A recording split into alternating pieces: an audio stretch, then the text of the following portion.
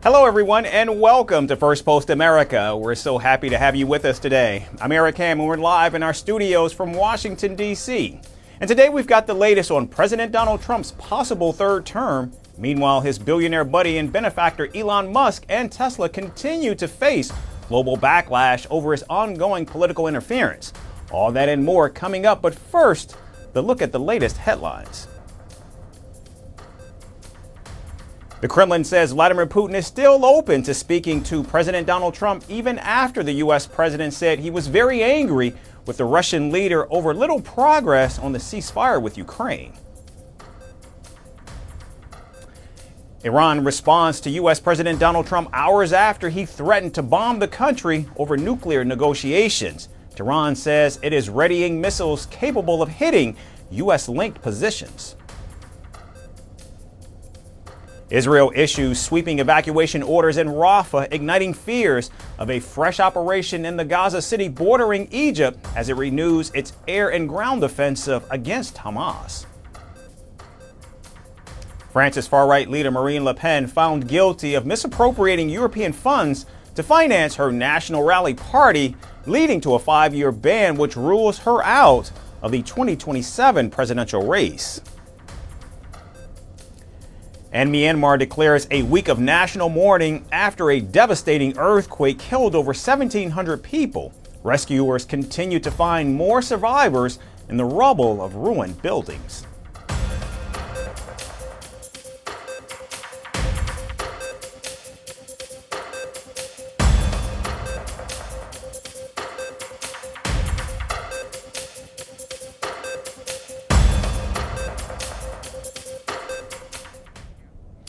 We begin right here in Washington, where President Donald Trump has once again stirred controversy by suggesting he could pursue a third term in office. In a recent interview with NBC, the commander-in-chief affirmed that he was not joking, that there are methods to bypass the constitutional two-term limit.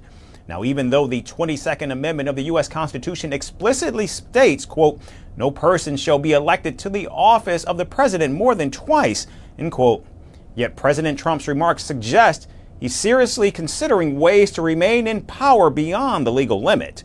He even claimed that a lot of people want him to do it, but emphasized that his current focus remains on his ongoing term. I don't want to talk about a third term now because no matter how you look at it, we got a long time to go. We have a long time. You know, we have almost 4 years to go.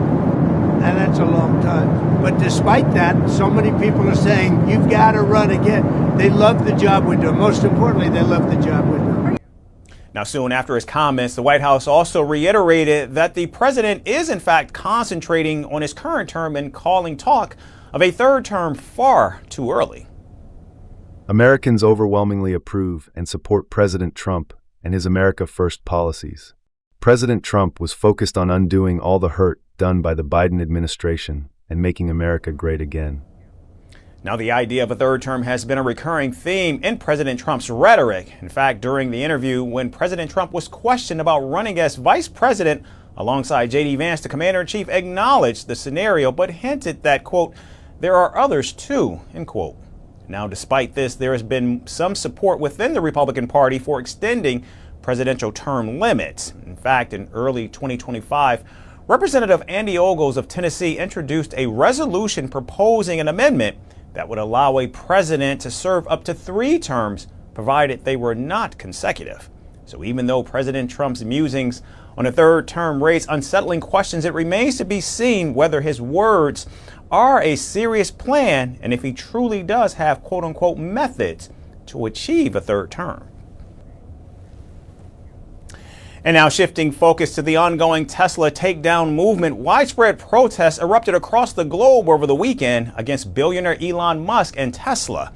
Thousands in multiple cities across the world took to the streets to protest against President Trump's billionaire buddy Elon Musk and his involvement in reshaping the U.S. federal government. The coordinated effort dubbed the Tesla takedown saw over 200 events planned worldwide, most of them outside Tesla showrooms. In the United States, rallies were held in nearly every state. In New York, hundreds protested at a Tesla dealership with posters reading, "Burn a Tesla, Save Democracy." In San Francisco, a crowd of around 200 gathered in front of a Tesla showroom. Protests also took place in Australia and New Zealand, then spread across Europe, hitting countries like Finland, Norway, Denmark, Germany, France, the Netherlands, and the UK. Each local rally adopted its own unique theme, ranging from Smash the Fash in Ireland to Down with Doge in Switzerland. The movement has been urging people to boycott Tesla vehicles, sell off any Tesla stock they may hold, and actively join their Tesla takedown campaign. Now, billionaire Elon Musk heads the Trump administration's Department of Government Efficiency, or DOGE, which he has tasked with slashing federal budgets, including laying off thousands of workers. Now reacting to the massive anti-Tesla demonstrations, Musk tweeted saying that it was ironic that people were shooting bullets into Tesla stores, burning down cars, and calling him a Nazi when he is not engaged in any violence at all. But I am kind of perturbed by the sort of how aggressive these protests are, where it's like, there are people at these protests calling for the death of the president and death of me and, I don't know, probably death of others. That's the kind of thing that's not cool,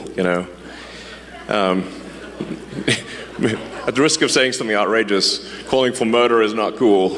Yeah, I mean, isn't it shocking how much violence and hatred is coming from the left? I mean, isn't it supposed to be the party that they claim to be the party of empathy, and yet they're burning Teslas and shooting up dealerships and calling for the death of the president and me? I'm like, guys, this is insane. Like, they're gone psycho. I mean, it's really like, I totally understand if somebody doesn't want to buy a product. Yeah, it's up to you. It's a free country, but you don't have to burn it down. Okay? But much. That's somebody else's car. Leave it alone. Thanks, guys. Now, organizers of the Tesla takedown have in fact condemned vandalism against Tesla properties, emphasizing their movement is non-violent and focused on peaceful protests. Meanwhile, earlier, President Trump vowed to designate any violence against Tesla dealerships as domestic terrorism. And as the anti-Tesla movement continues to gain momentum across the globe, it remains to be seen how Musk will in fact tackle this global backlash. And now moving on to the crackdown on illegal immigration, an internal guide used by U.S. Immigration and Customs Enforcement, or ICE, points to how exactly Venezuelan immigrants are being sent to a terrorism confinement center in El Salvador. The guide, which uses a point-based system, allows immigration officers to designate individuals as illegal immigrants based on arbitrary signs like tattoos and clothing. Our next report has more. Tattoos. They are a mark of self-expression across the world. But in Trump-led US, they are becoming the ink of deportation of Venezuelan immigrants. An internal immigration enforcement document reveals that tattoos have become an expression of immigration status in Trump's America. It further reveals that bearing a tattoo even remotely resembling a notorious gang member could get Venezuelan immigrants deported to an anti-terrorism facility in El Salvador. Drafted on the basis of a 1798 law, the document outlines a system under which Venezuelan immigrants could be designated the members of the dreaded Tren de Aragua gang, or the TDA. According to this guide, U.S. immigration officials can deport individuals based on little more than the presence of a tattoo, a clothing, or having a gang member as an acquaintance. Under this, any individual who is Venezuelan and over the age of 14 is eligible to be scrutinized. From there on, a point system is used to determine if the person is affiliated with TDA gang. Higher the score, deeper the trouble. Here's how it works. A person bearing a tattoo to denote loyalty to Tren de Aragua gang is assigned 4 points. Social media posts depicting activity, interaction, or support with known members of TDA also gets 4 points. Being in group photos with 2 or more known members of the gang is also worth 2. Communicating with a known TDA member are assigned 6 points. and 10 points are assigned if the individual is convicted of any offence related to TDA activities. If they self-identify, even unwittingly, as a member or associate of TDA to law enforcement, that's another 10 points. Officials need 9 points to approve the deportation of a Venezuelan immigrant. The implications of these guidelines have already raised concerns. They suggest that individuals could face deportation based on an officer's interpretation of their appearance or social interactions. Many deported Venezuelans inside El Salvador's prison are told that they are detained because of their tattoos. The deported individuals say they are sent back from the US based on nothing but superficial appearances.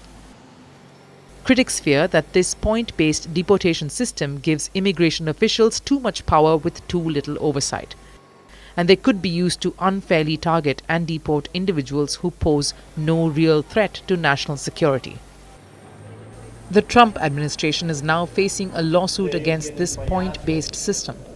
The petitioners say that the government is exploiting an 18th century law to bypass modern-day protections for immigrants.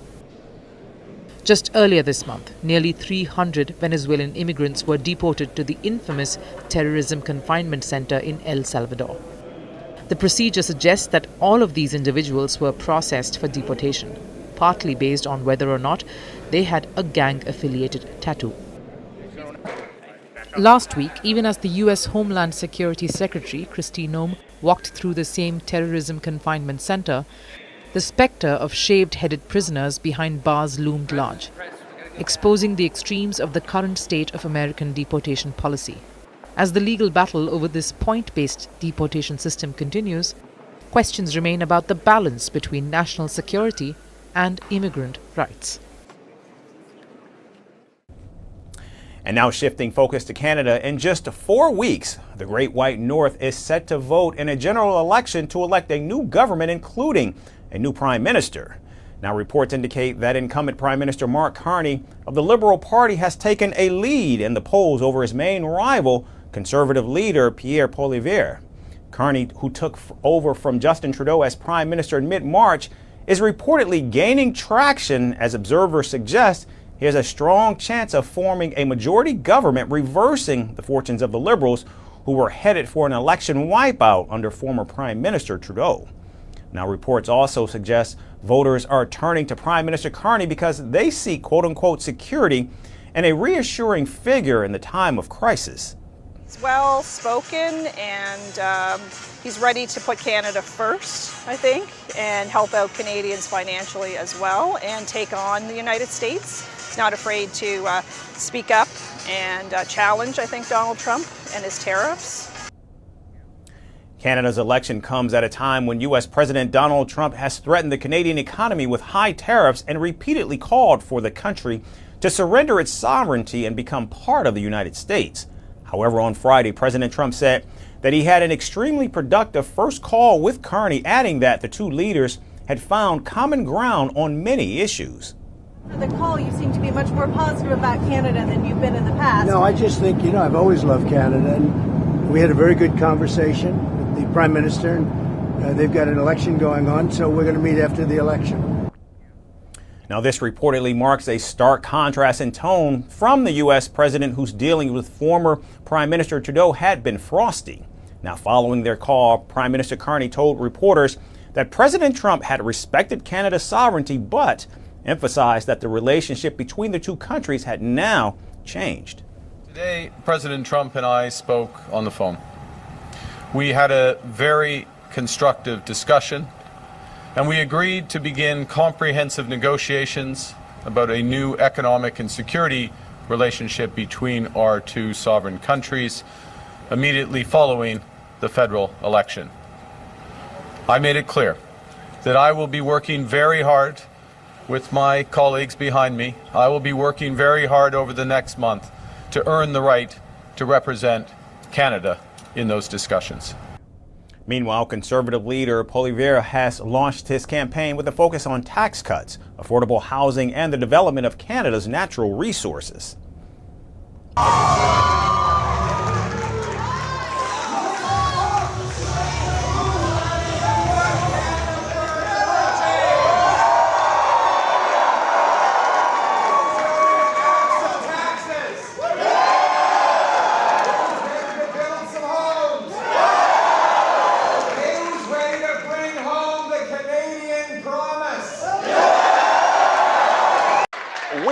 cut income tax so you bring home more of each dollar you earn and hard work actually pays off.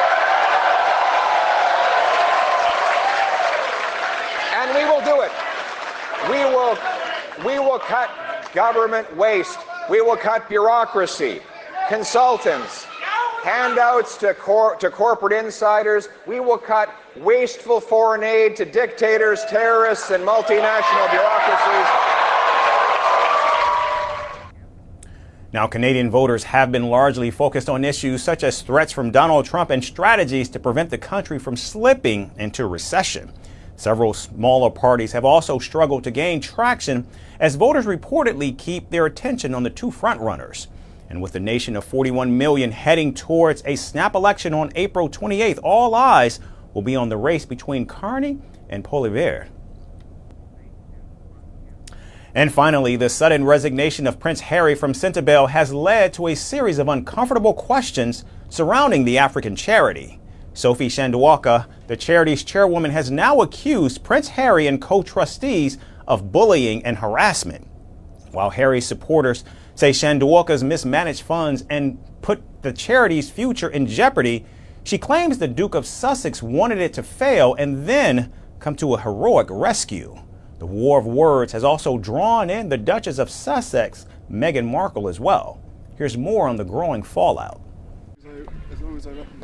Prince Harry's journey with Sentebale began with a promise, one forged from grief and hope.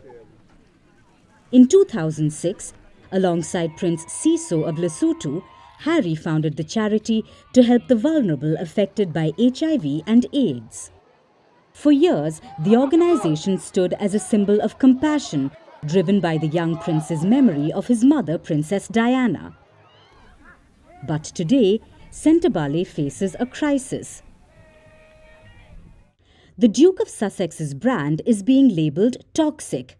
Earlier this week, Prince Harry and others quit the organization, citing irreparable relationship with the charity's chair of the board, Sophie Chandauka, who in turn claims the departure of trustees amounted to bullying and harassment. Can you imagine what that attack has done for me, on me, and the 540 individuals in the Sentebale organizations and their family? That is an example of harassment and bullying at scale. And so if the world didn't want to believe that there's such a thing as bullying, this unleashing of the Sussex machine on me and the 540 employees at Sentebale who received this and have had to defend it. The trouble began when Sophie Chandauka, a Zimbabwean lawyer, was appointed the charity's chairwoman in 2023. She says she was determined to modernize the charity, but it struggled to diversify its donor pool following Prince Harry's relocation to the United States. She says she tried to shift Sentebale's fundraising focus away from Prince Harry's wealthy circle, but her strategy struggled to gain traction and frustration mounted. Sentebale donations fell below its self-imposed $700,000 safety threshold. Chandauka blames Harry's public feud with the royal family and his explosive memoir, saying it scared off sponsors. When the trustees pushed for her resignation, she refused to step down. Then what followed was an all-out war. Chandauka's list of accusations was long. She claims Prince Harry wanted to force a failure and then come to a heroic rescue. She also insisted the board resented her vision of African leadership. I put a whistleblower complaint about the bullying, the harassment, and the misogyny, and Prince Harry interfered in the investigation of that. So it's a cover-up, and the prince is involved. But this saga had another explosive angle: Meghan Markle. The incident traces back to a polo match in Miami, where cameras captured a moment that quickly went viral. An ex-user pointed out that the Duchess of Sussex seemed to have motioned for Chandauka to step aside during a photo op. Forced to duck awkwardly under the trophy, Chandauka's discomfort was visible, and users wasted no time in lashing out at Meghan over her treatment for her staff. Chandauka claimed Harry demanded she defend Meghan in the press, insisting she make a statement that Meghan hadn't been rude. Prince Harry asked me to issue some sort of a statement in support of the Duchess, and I said I wouldn't. Not because I didn't care about the Duchess, but because I knew what would happen if I did so, number one. And number two, because we cannot be an extension of the Sussex. Amidst the chaos, the Charity Commission has launched an investigation into the latest allegations against its trustees. But as the legacy of Diana's dreams seems to slip further away, the question remains: can Sentebale rise from the ashes, or will the storm consume it whole? That's Firstpost America for this Monday, March 31st. I'm Eric Ham, signing off until tomorrow. Goodbye, everyone.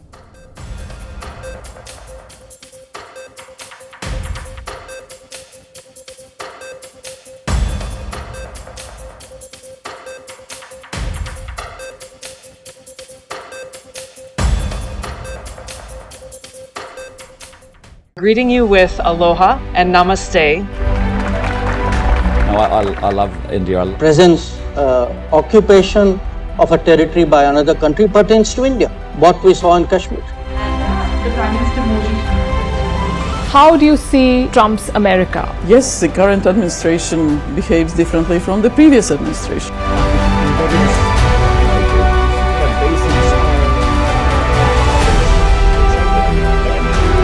Are you saying that there are foreign powers who are trying to bring down the current government in Syria? Exactly. Bluntly, Iran, maybe Russia too. Prime Minister Modi committed to South-South, cooperation. Not over 50%. Is Ukraine prepared to pay the price for that peace? No compromises at the cost of territorial integrity and sovereignty.